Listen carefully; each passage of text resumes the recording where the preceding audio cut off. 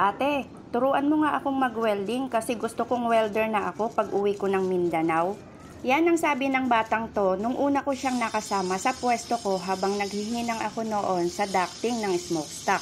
Hello mga kabakal, eto nga pala si Udang, ang dati kong helper noon na zero knowledge sa welding pero ngayon ay marunong nang maghinang. Ang sagot ko naman sa sinabi niya sa akin, oo ba, walang problema, basta masipag ka lang mag-practice, matututo ka.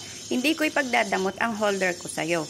At simula noon, kapag tinamaan siya ng sipag mag-practice at kung may free time siya ay nakikialam na rin siya sa paghihinang.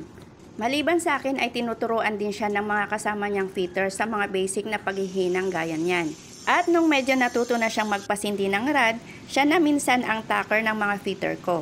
Kung tutuusin, mas nauna siyang natutong mag-welding kesa kay Kenneth. Nauna kong pinakilala sa inyo sa isang video ko noon. Ang pinagkaiban lang kasi nila ni Kenneth ay mas masipag mag-practice si Kenneth noon. At si Udang naman ay madalas ding absent kaya nalampasan na siya ni Kenneth. Simula din nung natuto si Udang, siya din ang nagiging substitute welder kapag walang welder na available sa grupo nilang mga fitter. At madalas kapag ako din ang natataong welder na nakatoka sa grupo nila, minsan siya na rin ang naghihinang lalo na kapag railings o mga support lang ang mga hinangin. Kaya syempre ako naman tambay at nanonood lang sa kanya.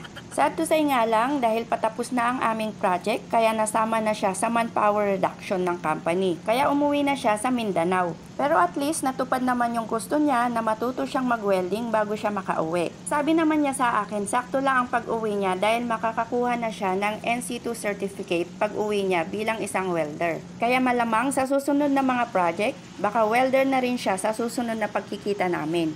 So, para naman sa'yo Udang, good luck sa'yo at sana sa susunod na magkita na tayo ay welder ka na.